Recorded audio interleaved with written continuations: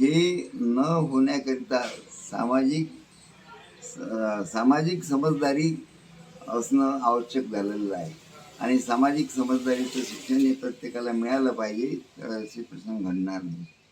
स्त्री आणि पुरुष हे एकच आहेत.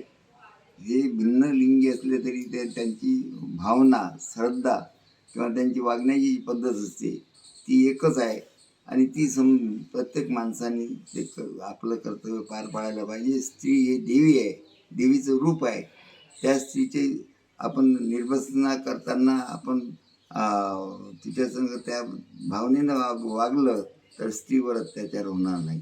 स्त्रीवर अत्याचार करणं हे म्हणजे नासमजपणाचं लक्षण आहे आणि हा जे कोणी करत असेल त्यांनी स्वतःला त्यामधून आपण कसं समजदारीनं वागू व समाजातील स्त्रिया ह्या कशा मोठ्या होतील इकडे पाहणं गरजेचं आहे. केंद्र सरकारने सुद्धा कायदा तयार करायला पाहिजे. केंद्र सरकारने सुद्धा याच्यावर फार गंभीर कायदा तयार करायला पाहिजे. महाराष्ट्र सरकारने तयार करायला पाहिजे.